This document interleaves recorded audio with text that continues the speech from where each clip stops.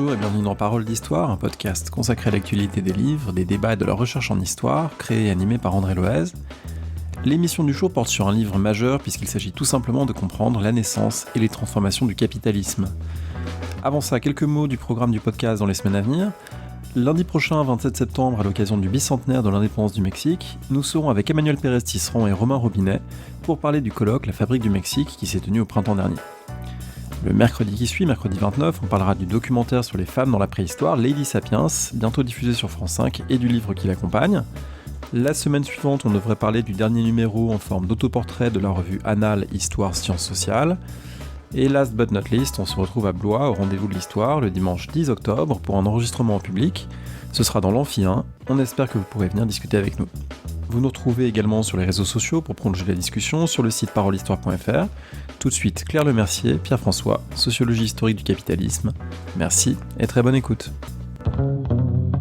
Il y a quelques mois paraissait aux éditions La Découverte une sociologie historique du capitalisme écrite par Claire Lemercier et Pierre-François, qui est un livre, à mon avis, vraiment nécessaire pour tous ceux qui s'intéressent d'abord à l'époque dans laquelle on vit, qui font des études d'histoire, d'économie, de sociologie, de sciences politiques ou même d'autres choses, parce que je pense vraiment que ça devrait être une lecture peut-être pas obligatoire, mais assez incontournable, parce qu'il donne vraiment énormément de clés pour comprendre des transformations massives qui sont celles des 3 derniers siècles et la construction de notre monde contemporain et de son fonctionnement aussi bien économique que politique et des contradictions dans lesquelles on est pris. Alors, je suis très content d'être avec les auteurs. Claire Lemercier, bonjour.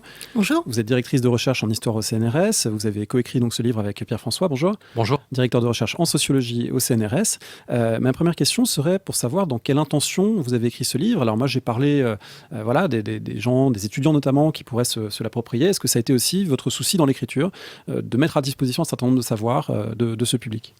Ouais, complètement. Pierre reviendra peut-être sur la genèse du cours qui est derrière ce livre. Mais c'est un manuel, c'est écrit dessus. Et on a la joie de savoir que certains et certaines collègues l'utilisent déjà à ce titre en prépa ou à l'université. Et on le revendique, je dis ça parce qu'il y a eu des critiques dans la presse ou des collègues qui nous ont dit en gros, mais c'est trop bien pour un manuel en fait. Je traduis, mais c'était l'idée. Et en fait, nous, on voudrait qu'un manuel, ce soit quelque chose qui soit bien écrit, agréable à lire et en prise sur la recherche. On ne dit pas qu'on a réussi, mais en tout cas, c'est un manuel qui se revendique comme tel parce qu'il vient d'un cours, en fait. Alors, au départ, ce livre est issu donc d'un enseignement qu'on a donné il y a 10 ans à Sciences Po, où en deuxième année, il s'agissait de développer des cours qui étaient des cours dits pluridisciplinaires. On ne savait pas trop ce que ça voulait dire, mais en tout cas, ce qui était clair, c'est que c'était des cours de deuxième année. Donc, c'était des cours qui s'adressaient à des étudiants qui faisaient des études de sciences sociales dans un cadre un peu particulier, celui de Sciences Po, et qui avaient donc une culture générale dans différentes disciplines, et il s'agissait de leur proposer, disons, une espèce de perspective longue sur le capitalisme, objet qu'on était à l'époque totalement incapable de définir, et ça partait d'abord, je crois, par amitié, de la volonté de faire quelque chose ensemble, et notamment de faire un cours ensemble, et puis aussi du constat que nous dressions régulièrement en discutant du fait que moi je connaissais rien aux travaux récents d'histoire économique, et Claire connaissait quand même plus ce qui se passait en sociaux. Bon, mais enfin, en tout cas, on avait une forme de méconnaissance croisée de nos productions de savoir réciproques, alors qu'on avait de l'intérêt pour ces savoirs-là. Donc on s'est dit, on va essayer de faire une espèce de Macédoine, quoi, avec tout ça. Et le capitalisme était un saladier pas mal, finalement, pour mélanger un petit peu tout ça. Mais vraiment, l'objectif, au départ, c'était de faire un cours pour des deuxièmes années. Et on nous a assez vite passé commande d'un livre. Et là, on s'est dit, si on fait un livre, il faut que ça s'adresse aussi à des deuxièmes années. Oui, j'ai eu l'occasion de retester ça au cours de l'écriture, alors sans Pierre pour des raisons géographiques, mais en redonnant ce cours à l'université de Lausanne en deuxième année aussi, où la différence c'était que les étudiants et étudiantes n'avaient absolument jamais eu aucune forme d'initiation à l'économie, même light. Et donc on a essayé de tenir cette gageure qui est d'écrire pour des étudiants et étudiantes qui éventuellement n'ont jamais fait soit de l'économie, soit de l'histoire, soit de la sociologie. Alors ça m'a intéressé en tant que lecteur et très peu au courant, moi, de l'économie. Je me souviens d'avoir commencé un point seuil de Michel Beau, l'histoire du capitalisme, qui est intéressant, qui par certains côtés se rapproche de ce que vous avez fait, mais aussi qui s'en éloigne parce qu'il y a pas mal de formalisation à certains moments, il y a des équations, mais il y a quand même des schémas autour de la notion de plus-value, de son changement dans l'histoire, et je sais que ça n'avait pas été simple pour moi de le lire jusqu'au bout. Et là, j'ai trouvé, et c'est une qualité qu'on trouve, à mon avis, dans un certain nombre d'ouvrages de ce type. Je pense à Gérard Noiriel, je trouve qu'il a toujours un grand talent pour écrire des choses complexes de façon simple. Et moi, j'ai été sensible à cette simplicité que vous avez trouvée dans l'écriture. Donc, c'est pas vraiment une question, mais voilà, c'est plus un compliment sur le livre, en tout cas pour vous dire que ça marche de ce point de vue-là pour un lecteur non économiste. Le rapport à la formalisation était quelque chose qui, chez nous, s'est pas vraiment posé, mais qui nous permet peut-être de préciser notre rapport à l'économie. La science économique, c'est une discipline avec laquelle on n'a pas particulièrement cherché à organiser un dialogue, mais on a pu se nourrir de travaux d'économistes dès lors que ces économistes travaillaient de manière empirique, en posant des questions qui étaient, à peu près cohérentes avec celles qui nous intéressaient, et dès lors aussi que leurs méthodes et leurs sources en particulier, qui sont parfois, disons, un peu loufoques, mais qui parfois sont rigoureuses. Donc, quand leurs sources nous semblaient correctes, finalement, on pouvait tout à fait utiliser des résultats de travaux d'économistes. En revanche, il nous a semblé que dans la perspective qui était la nôtre, introduire de la formalisation, ça ne servait pas à grand-chose. Et plutôt que pour faire chic, pour faire compliqué, pour faire matheux, on mette des demi-bouts d'équations, on s'est dit on va plutôt essayer d'être compréhensible. Et comme on n'avait pas besoin, au fond, d'introduire de la formalisation pour produire le discours qu'on avait envie d'articuler, on n'en a pas mis. Et je pense du point de vue de la lisibilité, on a essayé d'écrire, en tout cas moi, le manuel que je n'avais pas eu.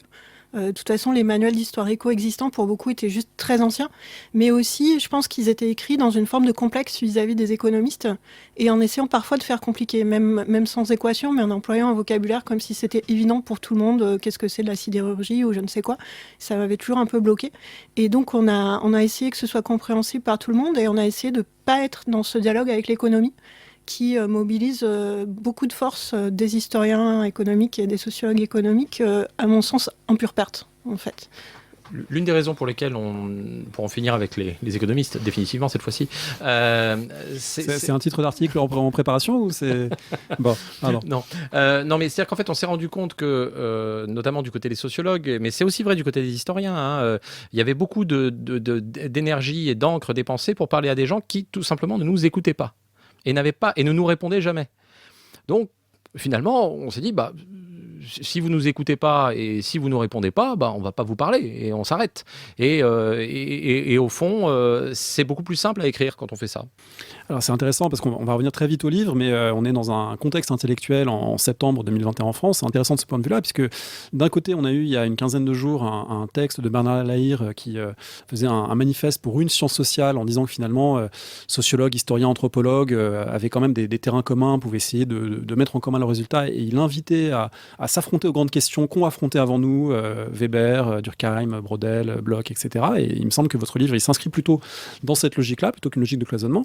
Et puis, on est aussi au moment où une nouvelle collection apparaît, une collection qui va s'appeler Éco-Histoire, je crois, Thomas Piketty, Julia Cagé qui vont la diriger, où on a plutôt affaire à une forme peut-être d'impérialisme économique, enfin on va voir ce que vont donner ces titres, mais d'impérialisme des économistes sur des terrains historiques. Donc, Claire Lemercier, comment vous vous situez par rapport à cette idée de l'unité des sciences sociales ou d'une démarche qui pourrait s'adresser finalement à l'ensemble des sciences sociales? Moi, je suis tout à fait convaincue que c'est possible. Pour être une historienne qui travaille dans un laboratoire de sociologie, qui a beaucoup travaillé avec des politistes, je parle avec d'autres disciplines, je pense qu'il y a vraiment des points communs qu'on peut avoir avec toutes les sciences sociales, une bonne partie aussi des gens qui revendiquent plutôt l'étiquette sciences humaines ou humanité. Mais je constate qu'une partie des économistes, pas forcément Thomas Piketty ou Julia Cagé du tout, ne s'inscrivent pas là-dedans en fait.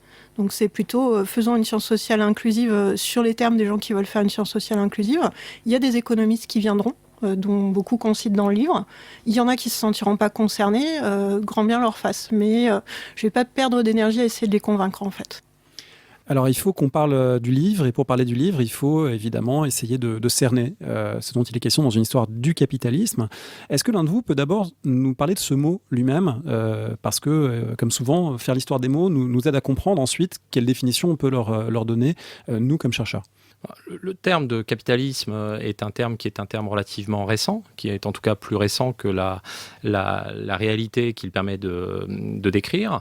Nous, ce qui nous a intéressé dans le terme, enfin ce qui nous a intéressé, ce qui nous a surtout ennuyé pendant de longues années, c'était son caractère incroyablement large et en même temps assez intuitif. Il était intuitif parce que, à l'évidence, on vit dans une société capitaliste, le capitalisme, tout le monde en parle, enfin, on pourra revenir là-dessus éventuellement sur le fait que tout le monde en parle. En tout cas, aujourd'hui, tout le monde en parle. Il y a 10 ans, c'était un peu plus compliqué. Donc, il y a une dimension un peu intuitive dans cette notion de capitalisme, mais en même temps, dès qu'on essaye de l'attraper, notamment parce qu'elle est trop large, parce qu'elle est extrêmement large, bien, il y a des controverses. Quand est-il né? Qu'est-ce qu'il désigne? Est-ce que c'est une réalité économique? Est-ce que c'est une réalité plus large? Et en ce cas, laquelle? Etc., etc. Donc, c'est quelque chose qui était très, très piégeux, finalement, très ennuyeux. Et je veux dire que c'est vraiment à la fin, finalement, de l'écriture du livre, dans peut-être les 2 dernières années, je pense qu'on a réussi à stabiliser quelque chose comme une acception qui nous semble finalement, évidemment, super discutable, hein, ça va de soi, mais un peu opératoire, quoi. Et alors opératoire parce que c'est une exception historicisée, c'est-à-dire que, comme toute notion, on pourrait l'essentialiser en disant il y a un capitalisme pur et parfait et voilà quels seraient ses critères. Votre démarche est plutôt d'essayer de montrer qu'il y a une historicité du capitalisme et que, eh bien, on ne peut pas parler de société capitaliste avant un certain moment, Claire Lemercier. Oui, alors ça revient quand même à poser des formes de critères, hein, mais ce qu'on a essayé de faire, je pense, c'est de bricoler vraiment avec les littératures théoriques disponibles pour arriver à une définition assez minimaliste, effectivement, qui pose pas trop de critères, qui durcissent pas trop la définition, et qui soit compatible avec les études empiriques récentes dont on voulait parler. Ce qui s'est vraiment passé, c'est qu'on a d'abord défini des études empiriques récentes qu'on appréciait, qui nous convainquaient, dont on voulait parler, et après on a cherché un cadre théorique qui permette de les présenter de façon cohérente et pédagogique. Alors ce cas théorique, on va peut-être le cerner pour dire que vous montrez qu'il peut y avoir des comportements capitalistes sur une longue période de l'histoire de l'humanité, c'est-à-dire qu'un tel ou tel banquier médiéval ou tel ou tel sénateur romain pourra avoir des comportements qu'on pourrait rapporter à des logiques capitalistes, mais que ça ne suffit pas à faire de la société une société capitaliste, Pierre-François. Oui, l'idée c'est vraiment de distinguer un niveau, disons un niveau micro et un niveau macro, pour dire les choses simplement. Des comportements capitalistes, vous venez de le dire, il y en a tout le temps en fait, et c'est quelque chose qui a considérablement obscurci la discussion sur le capitalisme, puisque à la fois on pouvait montrer que maintenant si on remontait un peu plus en amont, en fait on pouvait trouver des comportements qui correspondaient à cette recherche du profit pour lui-même, et par conséquent cette quête était un peu indéfinie. Nous, ce qui nous intéressait davantage, c'était l'idée d'une organisation sociale, au fond. Et donc, pour nous, avant tout, le capitalisme, c'est ça, c'est une certaine manière d'organiser la société. Quand je dis organiser la société, c'est organiser aussi l'économie et la société. C'est-à-dire que le capitalisme a des incidences sur plein de sphères différentes. Et donc, l'idée, c'était de dire, au fond, une société capitaliste, c'est une société dans laquelle, premièrement, la recherche du profit pour lui-même, c'est quelque chose de légitime. Dans plein de sociétés, il y a des gens qui ont des comportements capitalistes, mais on leur dit c'est pas bien. Et là, en l'occurrence, on dit si, c'est très bien, vas-y, tu peux y aller. Et deuxième critère, il y a l'idée que beaucoup de gens sont concernés par ce comportement capitaliste, soit qu'ils l'adoptent, soit qu'ils sont affectés par ceux qui l'adoptent. Alors la définition est évidemment un peu floue. C'est-à-dire dire beaucoup de gens, ça veut dire quoi? Bon, ça veut dire que tout simplement on n'est pas dans des cercles extrêmement restreints, très riches, très dominants, mais très exigus. L'idée c'est de dire que quelqu'un qui est paysan dans le centre de la Bretagne, il est affecté par des gens qui ont un comportement capitaliste. Et ça c'est quelque chose qui effectivement apparaît, à notre sens, dans la deuxième moitié du XVIIe siècle. Est-ce qu'on peut revenir, Claire Lemercier, sur les raisons qui vous conduisent à cette datation, à cette manière de repérer une entrée dans le capitalisme à ce moment-là? Vous vous inscrivez dans la foulée d'études, de travaux, notamment liés au changement de consommation, à ce qu'on a pu appeler la révolution industrieuse, mais pas seulement. C'est aussi en lien avec le grand commerce et ce qui se déroule dans les colonies. Donc qu'est-ce qui fait que, autour du XVIIe siècle, de la deuxième moitié de cette période, se cristallise quelque chose qui permettrait de dater l'entrée dans le capitalisme? Alors ça reste une datation qui est ultra imprécise. On a mis vers 1680 à certains endroits un peu par symétrie avec d'autres bornes pour que des étudiants et étudiantes s'en souviennent bien. je serais tout à fait prête à entendre qu'il y a beaucoup de régions qui sont entrées dans le capitalisme de la façon dont on définit au XVe siècle.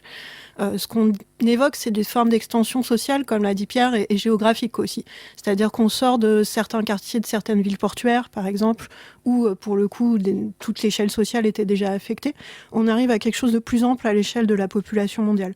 Et donc, vous l'avez évoqué, hein, on met l'accent sur 3 mouvements qui sont intimement liés. Il n'y en a vraiment pas un des 3 qui est la cause des autres, mais à un moment, ça fait boule de neige.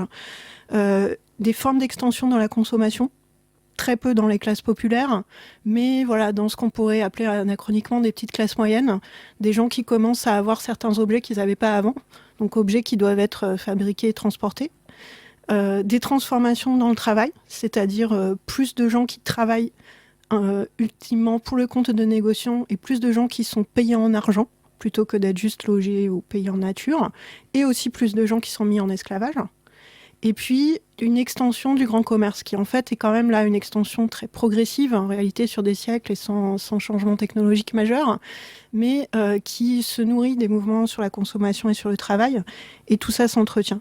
Et je pense pour nous, le geste aussi, qui est là simplement une synthèse des évolutions historiographiques de ces dernières années, en montrant l'importance de la consommation, de l'intensification du travail et du grand commerce, c'est que le grand absent là-dedans, c'est la technologie.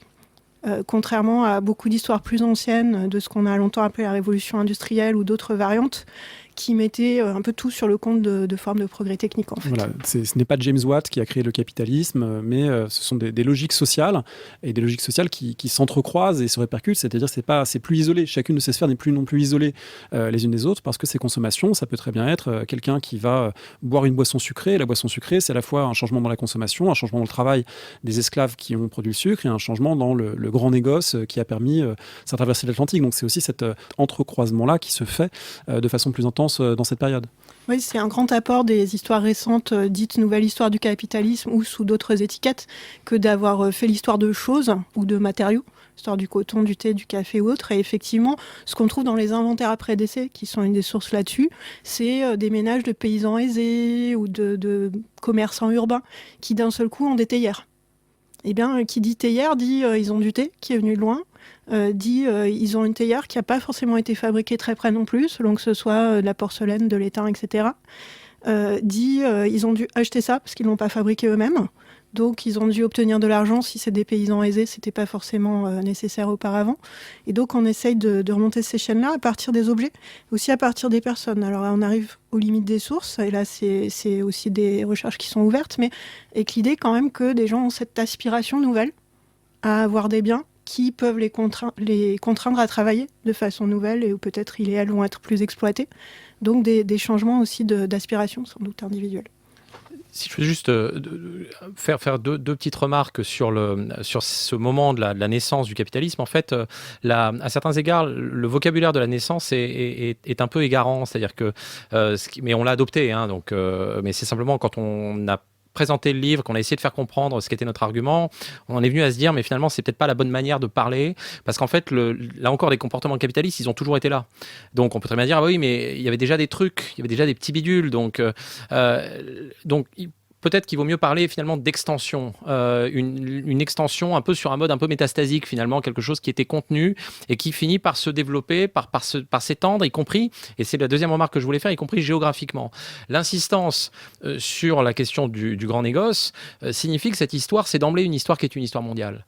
Alors bien sûr, elle est concentrée dans certains quartiers parfois, de certaines villes, elle part justement de ces villes de grands négoces et tout, mais on la retrouve quand même sur tous les continents, très tôt, très vite.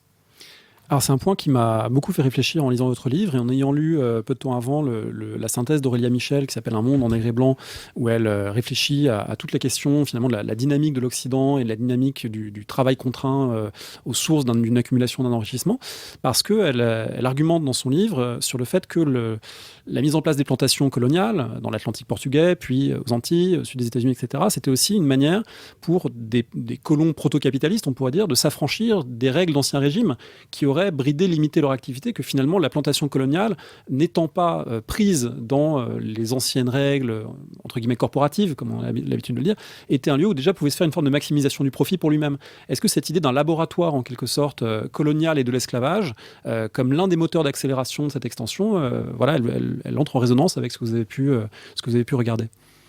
Il y a plusieurs aspects. Alors, il y a certaines plantations esclavagistes du sud des États-Unis ou ailleurs ont été pionnières, y compris dans des formes de comptabilité optimisant plus les profits. Pas du tout toutes. Très clairement, c'est quelque chose qui a été souvent trop globalisé et qui commence à être déglobalisé.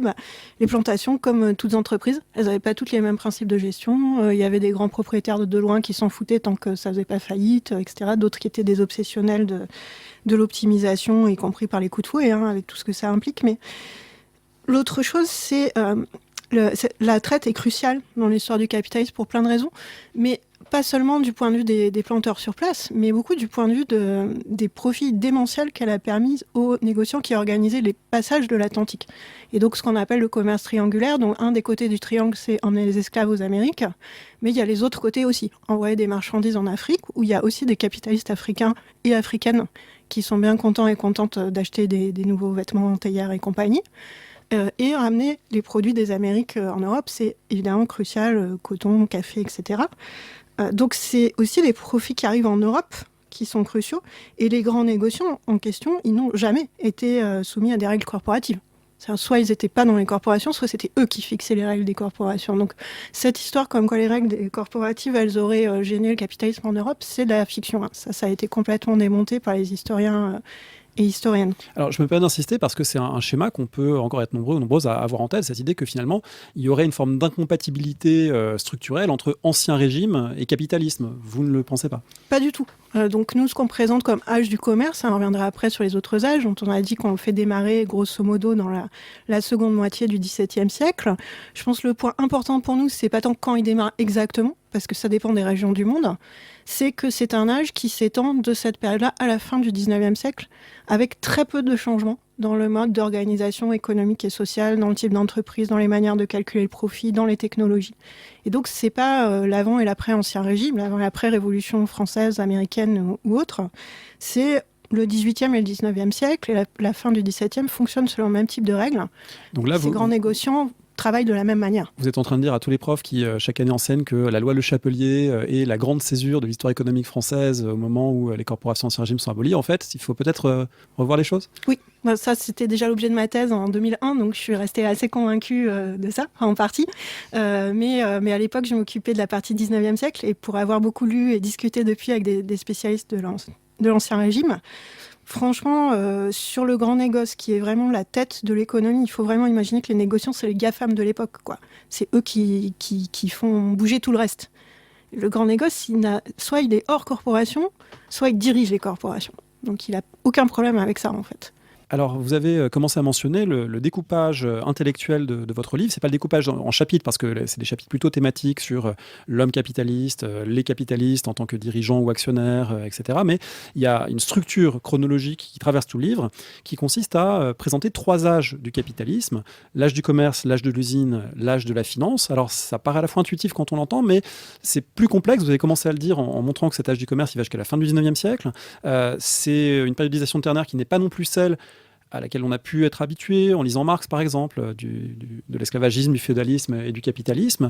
Alors, est-ce qu'on peut essayer de présenter un petit peu la logique de cette articulation en 3 grandes périodes? Pierre-François.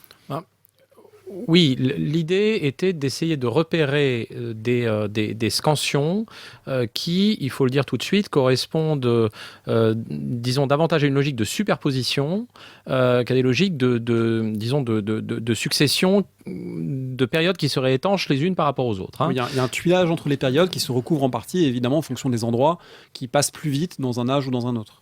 Alors, il y a surtout, en fait, nous, on a comme l'idée que la bascule se fait quand même à quelques dizaines d'années près, à peu près au même moment. C'est-à-dire qu'il n'y a pas des gens qui sont, c'est une thèse un peu forte qu'on défend dans le livre, il n'y a pas des gens qui sont à l'âge du commerce en 1920, pendant que d'autres seraient déjà dans l'âge de la finance. C'est pas ça notre idée. c'est vraiment l'idée qu'il y a une histoire qui est une histoire qui obéit globalement à, disons, des scansions qui sont un peu les mêmes.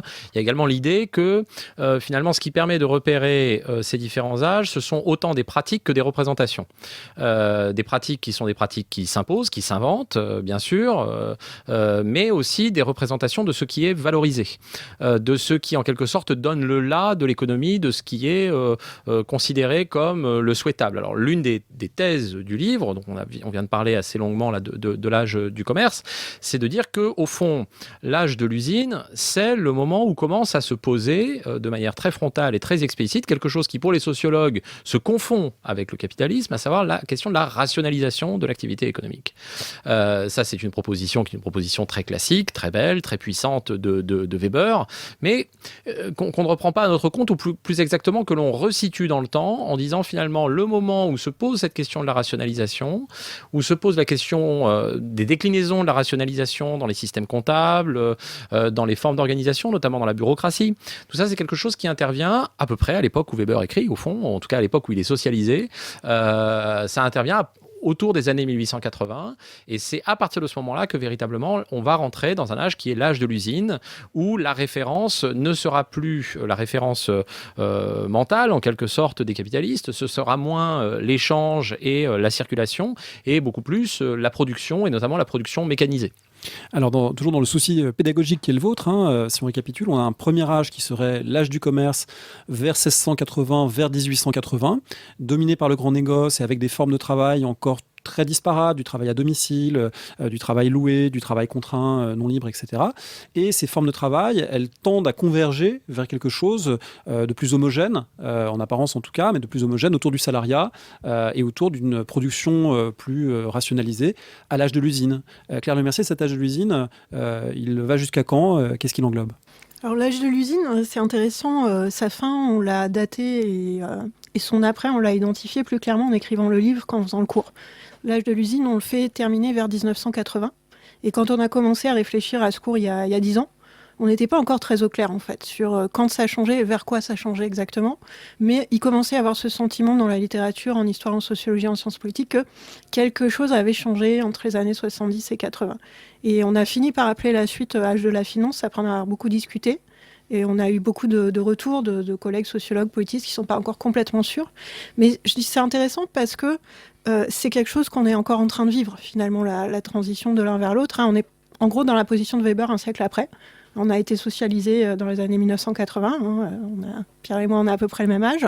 On écrit dans les années 2010-2020 et on se dit « Ah bah zut, il y a un truc qui a changé ». Et notamment, il y a un truc qui ne correspond plus au manuel scolaire qu'on avait. Et je pense que pour moi, cette idée des 3 âges, c'est une forte réaction à des manuels d'histoire économique qui ont toujours fait comme si le capitalisme égale ce qu'on appelle l'âge de l'usine. Donc la grande entreprise, les ingénieurs c'est important, les technologies c'est important, le salariat c'est une évidence et tout. Et je pense que la volonté qu'on a eue de faire réapparaître l'âge du commerce comme étant du capitalisme mais différent, elle tient au fait qu'on vit dans ce qu'on propose d'appeler l'âge de la finance depuis qu'on est petit, qui est du capitalisme aussi mais différent. Et il faut évidemment préciser que parler d'âge de la finance ne veut pas dire que les usines ont disparu, et encore moins qu'elles ont disparu dans les pays du Sud, puisque évidemment les logiques d'extension mondiale du capitalisme ont conduit à des mutations géographiques des activités productives, mais que effectivement il y a une forme de financiarisation. Alors d'ailleurs que vous datez cette fois assez précisément, lorsqu'on regarde les chaînes causales dans votre livre, il y a un moment où vous êtes, je dirais, plus explicite que dans le reste du livre en disant voilà, là il y a vraiment une conjonction entre des changements politiques aux États-Unis, des changements dans la structure de l'actionnariat des entreprises américaines et puis des changements idéologiques plus larges qui les accompagnent. On est autour de 1980, l'élection de Ronald Reagan, c'est pas un hasard. Si là il y a quelque chose qu'on peut identifier comme un noyau dur faisant advenir ces transformations. Oui. Il est vrai que l'interrogation sur la financiarisation, c'est une interrogation qui, en sociologie et en sciences politiques en particulier, est une interrogation vraiment centrale de l'analyse du capitalisme récent. Et par conséquent, il y a eu beaucoup de propositions très étayées empiriquement qui permettent vraiment de clarifier des chaînes causales et de montrer la complexité, mais aussi finalement la lisibilité de ces transformations. L'un des points qui pour nous était important, c'était évidemment de souligner que la finance ou l'âge de la finance ne signifie pas la fin de l'usine. Simplement, ça signifie à certains égards son inféodation à d'autres logiques. Et le poids finalement des actionnaires et des logiques financières, des raisonnements financiers, des acteurs financiers aujourd'hui, c'est quelque chose qui ne signifie pas là non plus qu'ils n'étaient pas là avant. Ils étaient là avant, les actionnaires, ils ont toujours été là. Dans le capitalisme, il y a capital. Mais simplement, ils sont revenus au premier plan. Ce qui ne signifie pas que, et c'était l'un des points qu'on avait quand même et qu'on explicite au début de l'introduction, dans le dessin de cette chronologie, l'un des points qu'on avait en tête, c'était de dire aussi, l'âge de la finance, ça n'est pas le retour à l'âge du commerce. C'est autre chose. Bien sûr, il y a des choses qui peuvent, disons, raisonner. La déstabilisation du salariat, au moins comme référent normatif et aussi quand on regarde les flux, les nouveaux emplois créés, etc. De fait, c'est plus nécessairement sous une forme salariale classique, celle du contrat à durée indéterminée, avec ce qu'il supposait de partage entre la protection et l'exploitation, etc. On n'est plus nécessairement là-dedans et en même temps, on n'est pas nécessairement revenu à des formes d'emploi qui étaient celles qui prévalaient au 19e siècle. Donc on défend cette idée-là, qui est que le 20e siècle, au fond, n'est pas une parenthèse dans cette histoire, qu'on est dans une logique qui est une logique qui renouvelle des formes économiques, et qu'on n'est pas dans un retour finalement à une forme de logique originelle, plus ou moins pure, d'un capitalisme qui exploite. Alors, dans tout ce que vous dites, il me semble dans ce que vous écrivez, qu'il y a deux garde-fous intellectuels qui sont aussi importants. Le premier, c'est de montrer que cette évolution chronologique en 3 stades, elle n'est pas ni linéaire, ni nécessaire, et en tout cas, ça ne va pas vers plus d'efficacité, de rationalité, d'utilité sociale, etc. C'est-à-dire que ça correspond à des intérêts, à des conflits qui ont eu des résultats, mais ça aurait pu finalement être autre, et en tout cas, ça n'est pas une forme d'efficience toujours plus grande du capitalisme, comme on peut le lire parfois.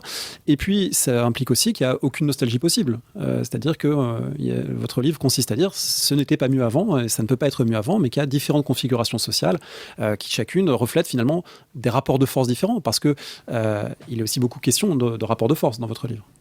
Je pense que vous l'avez dit mieux que ce qu'on pouvait dire nous, donc on est embêtés. Mais oui, je voyais encore, il faut que je lise, je ne l'ai pas lu, c'est mal, mais le livre de Jonathan Levy qui propose 4 âges dans l'histoire du capitalisme aux États-Unis et qui a l'air vraiment excellent de plein de manières. Mais j'ai l'impression, pour ce que j'en ai lu pour l'instant, qu'il a quand même du mal à se défaire de ce subconscient d'histoire économique comme quoi les choses étaient nécessaires. Donc lui, il les présente pas comme une quête de l'efficience, parce qu'il est plutôt critique et que c'est pas un professionnel de gestion, en gros. Mais il y a quand même ce truc, voilà, à un moment, il fallait qu'il y ait des chemins de fer et donc il fallait qu'il y ait des actionnaires et donc une espèce d'histoire naturelle, en fait, d'évidence, donc soit de progrès, soit de suite d'avanie, mais les choses découlent les unes des autres, il y a un développement et tout, et nous vraiment on connaît des tas d'études empiriques qui montrent que pas du tout, en fait. C'est aussi une position politique, bien sûr, je pense subconsciemment à un moment de ne pas dire que les choses sont fonctionnalistes. On dit on peut pas avoir une séquence problème-solution parce que les solutions des uns sont les problèmes des autres. Ça, c'est une position politique et épistémologique. Mais c'est aussi, il y a des tas d'études empiriques qui montrent que non, c'est pas une évidence, cette évolution. Et donc, on a voulu vraiment insister sur ce côté contingent. Et en même temps, même si c'est plein d'événements contingents à chaque moment, qui produit 3 grandes séquences bien identifiables, en fait. Au sens où, si je suis historienne et je vais voir des sources, je vais pas risquer de confondre, en gros, une source de 1850 avec une source de 1930. Vraiment. Cette perspective antifonctionnaliste, c'est un élément qui est très très important, qui était déjà très présent dans notre cours. C'était à peu près le seul truc dont on était sûr quand on a fait cours. C'était qu'on voulait dire aux gens, aux étudiants, on n'est pas dans un truc où il y a des gens qui se posent des problèmes et puis il y a des gens plus malins qui arrivent avec des solutions. Et donc on était vraiment très très opposés à cette manière qui est assez, disons, assez fréquente à la fois chez les professionnels, chez certains académiques, notamment dans les sciences de gestion, comme l'a dit Claire, etc. On voulait vraiment s'opposer à ça. Et en même temps, dans le bouquin, on avait le souci, dans le livre plus que dans le cours d'ailleurs, on avait le souci de dire, on ne veut pas juste dire, attendez, c'est plus compliqué. On voulait proposer une thèse qui était à certains égards aussi simple que la thèse fonctionnaliste, et on est arrivé à une proposition qui est une proposition finalement extrêmement classique, et qu'on assume comme telle et qu'on revendique, qui est le plan la thèse en 3 parties, on n'en sort jamais en fait. Non, absolument, on ne sort jamais du plan en 3 parties, mais avec l'idée que le moteur de toute cette histoire-là, c'était finalement des conflits. Et au fond, c'est une histoire qui est fondamentalement une histoire politique, qu'on essaye de rendre, disons, un peu subtil dans ses déclinaisons, etc., mais qui, dans son principe, consiste à dire pourquoi telle configuration s'impose. Eh bien, parce que un jour, des gens puissants parviennent à l'emporter sur d'autres moins puissants qu'eux et arrivent à imposer ce type de configuration contre une autre configuration. Le refus du fonctionnalisme, il me semble aussi que ça a une conséquence là aussi intéressante. Moi, quand je me replonge dans mes vieux manuels d'histoire éco quand je faisais mes études, il était souvent question du retard français, de l'avance britannique, du modèle américain, plus ou moins bien appliqué ailleurs, etc.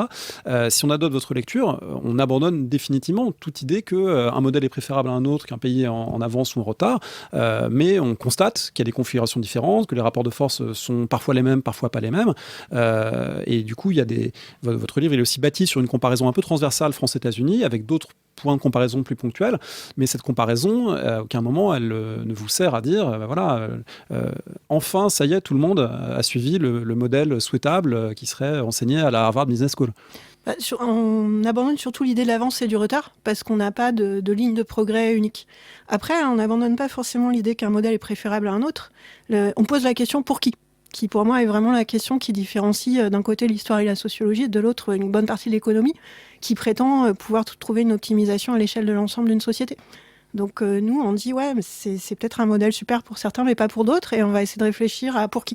Et vous évoquiez la question de la nostalgie. On n'a pas relevé, mais on a beaucoup parlé des conséquences politiques possibles, est-ce que c'était un livre de grand dépressif voilà, ça nous a fait plaisir des étudiants à Lausanne qui ont dit en gros, comme vos 3 âges ils sont pourris, ça veut dire qu'il y a de l'espoir parce que ça peut être que mieux après. Alors, on n'avait pas pensé à cette interprétation-là, mais je pense qu'en fait, c'est pas uniquement pessimiste, au sens où ce qu'on montre juste, c'est qu'il y a toujours des gagnants et des perdantes, en fait, des gagnantes et des perdants. Et un des éléments qui permet de penser ça, c'est d'ailleurs un des chapitres, je pense qui est vraiment un chapitre dont la lecture devrait être obligatoire pour tous les éditorialistes, celui sur l'État et le rapport des capitalistes à l'État, parce qu'il montre que il faut sortir des catégories pour ou contre l'État, le capitalisme en dehors de l'État, etc., qui a des interactions évidemment plus compliquées. Vous montrez aussi que l'État n'a pas, aujourd'hui à l'âge de la finance, perdu tous ses leviers d'action et serait une entité totalement impuissante face à tous les phénomènes économiques. Oui, ça c'est une idée qui est une idée très très structurante dans le chapitre, qui est une idée, il faut être honnête, relativement banale en sciences sociales et c'est un peu angoissant de voir qu'elle soit aussi, disons, étonnante ou déroutante pour le débat public. Mais effectivement, ce qu'on défend, c'est l'idée que l'État a toujours été là, qu'il a toujours été très important pour le capitaliste, que a priori quand même, vu de Sirius, la trajectoire de construction de l'État et la trajectoire de construction du capitalisme coïncide chronologiquement. Et donc, ce à quoi on s'attache, c'est, en ayant évidemment une perspective qui est un peu, disons, qui est concentrée sur certaines dimensions, notamment sur la question du droit, mais c'est de montrer comment l'État, en permanence, intervient dans la construction du capitalisme et à quel point il joue un rôle qui est un rôle absolument déterminant dans son évolution. Et dans la période récente, effectivement, on n'est pas du tout dans une période où l'État a disparu, simplement l'État s'est mis au service d'autres groupes que ceux qu'il avait pu servir éventuellement pendant l'âge de l'usine, et il s'appuie sur d'autres outils que ceux qu'il pouvait mobiliser pendant l'âge de l'usine. Mais il n'a absolument pas disparu. La politique de la concurrence aujourd'hui est un dispositif d'une puissance absolument inouïe dans les économies occidentales, alors même c'est un dispositif, en tout cas en Europe et en particulier en France, c'est un dispositif qui est relativement récent. On pourrait parler aussi des aides aux entreprises, qui était quelque chose qui aurait été impensable à l'âge du commerce sous cette forme-là et qui sont devenus presque incontournables dans un budget étatique aujourd'hui. Oui, je pense que c'est vraiment un des éléments où la pensée des 3 âges, ça nous a énormément apporté. Parce que très souvent, on essaie de diagnostiquer la période actuelle uniquement par comparaison avec 1950. Donc selon les cas, on dit c'était mieux avant, c'est mieux maintenant, c'était trop étatique, c'était ceci, c'était cela. Quand on essaye de comparer aussi avec 1850, il se passe vraiment des choses intéressantes. Et donc c'est vrai qu'il y a des formes de pensée libérale qui sont dominantes dans les médias aujourd'hui comme elles l'étaient au 19e siècle, sauf que déjà c'est pas les mêmes formes de pensée libérale. Alors le néolibéralisme est quelque chose de très compliqué, pas du tout unitaire, mais dans ces tendances qui ont pris le plus de poids, c'est une pensée de l'État et d'un rôle gigantesque de l'État pour établir un libre marché qui ne pourrait pas s'établir tout seul, qui est une forme de pensée qui n'existait pas du tout au XIXe siècle. Et puis, si on va sur un point de comparaison beaucoup plus matérialiste, l'extension énorme du domaine de l'État en termes de nombre de fonctionnaires, de taille de budget, etc., qui a eu lieu à l'âge de l'usine, en fait, elle se poursuit, en gros, ou elle s'est ralentie. Mais l'État n'est pas redevenu l'État minuscule en termes de budget qui existait au XIXe siècle. Et donc vraiment, je trouve qu'il y a une grande vertu à comparer avec ces périodes plus anciennes qui sont souvent mal connues et imaginées comme une sorte de préhistoire de l'économie pour comprendre aujourd'hui autrement que par rapport à immédiatement hier, quoi. Je signale au passage, comme on a parlé du nombre de fonctionnaires, que dans quelques semaines paraît le livre d'Emilien Ruiz, Trop de fonctionnaires, aux éditions Fayard, qui interroge historiquement à la fois la question du nombre des fonctionnaires et puis sa construction en problème public par différents interlocuteurs. Et ce sera évidemment une parution qu'il faudra regarder.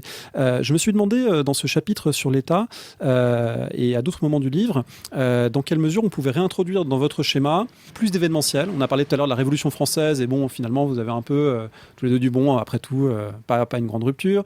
Je me suis posé la question des guerres mondiales, finalement, de comment dans votre schéma on peut articuler l'évolution du capitalisme avec des chocs, alors un marxiste dirait endogènes parce que le capitalisme produit la guerre, d'autres peut-être diraient exogènes, mais en tout cas avec les chocs qu'il a traversés. Est-ce que ça fait aussi partie de l'histoire du capitalisme et comment les articuler à votre narration ?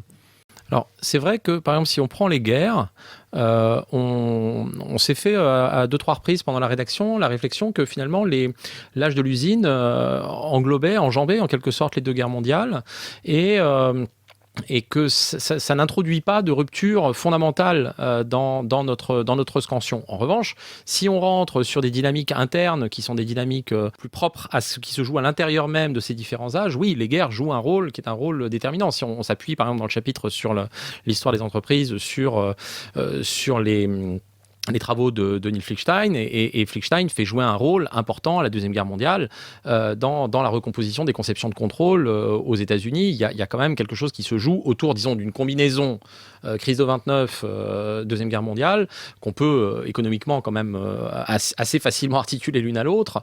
Et à l'intérieur même de la dynamique de l'âge de l'usine, oui, les guerres jouent évidemment un rôle.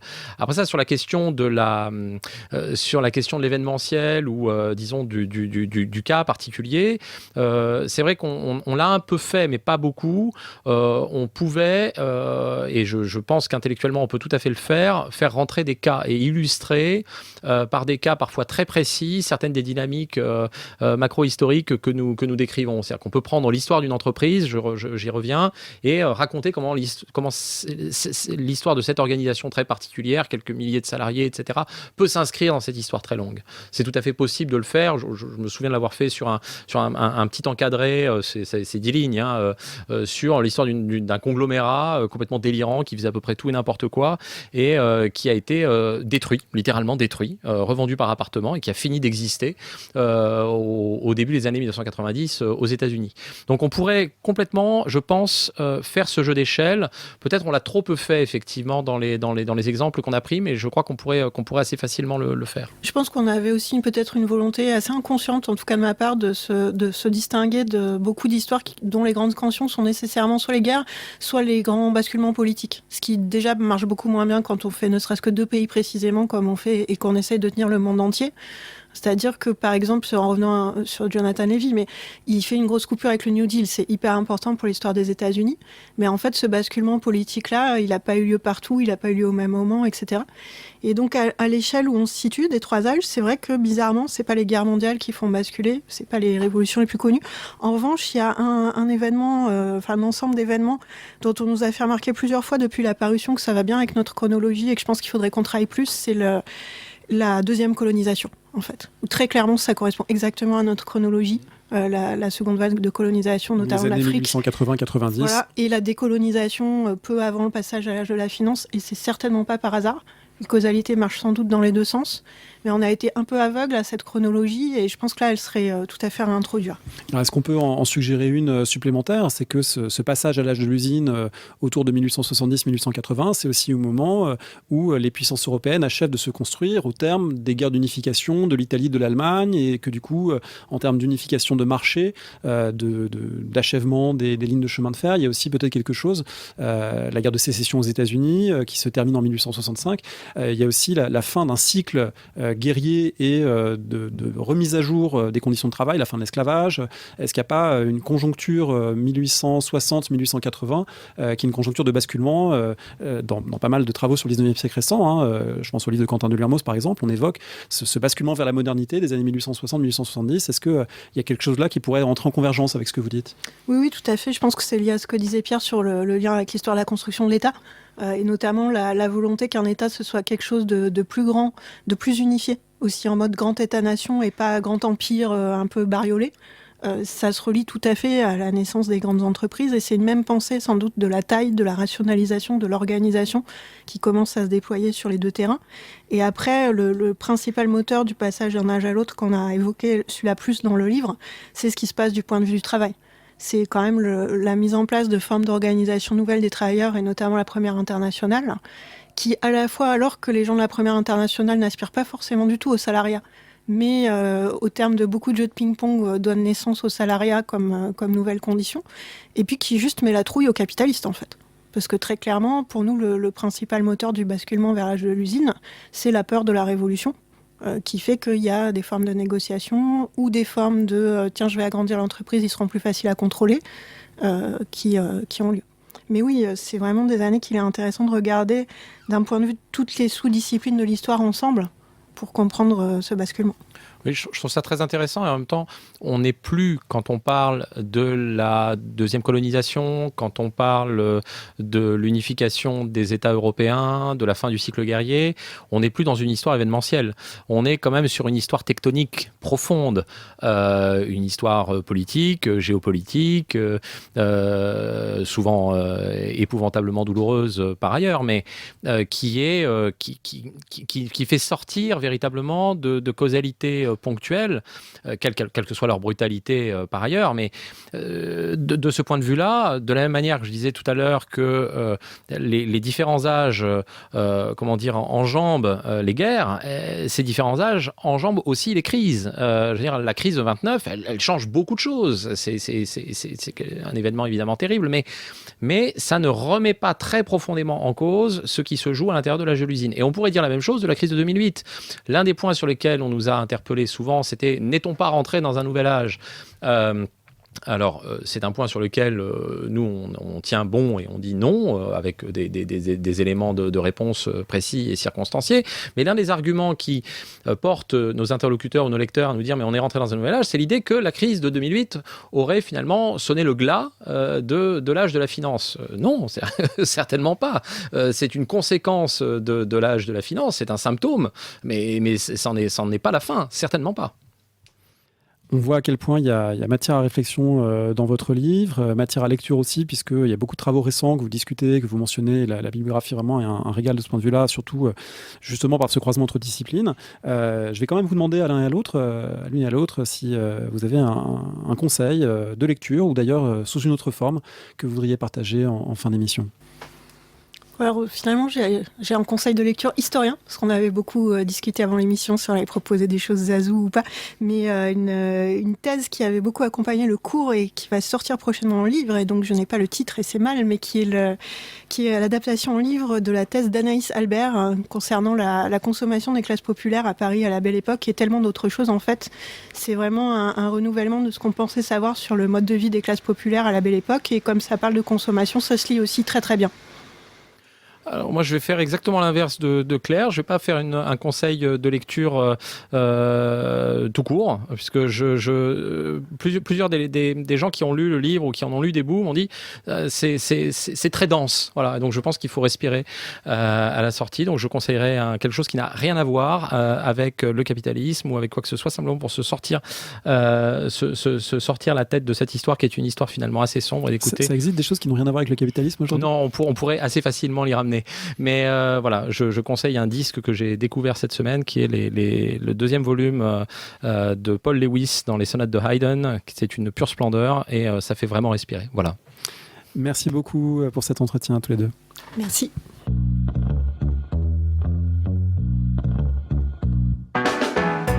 Merci de nous avoir écoutés. Rendez-vous sur le site www.paroledhistoire.fr pour toutes les informations sur le podcast, pour vous abonner, écouter ou télécharger les autres émissions.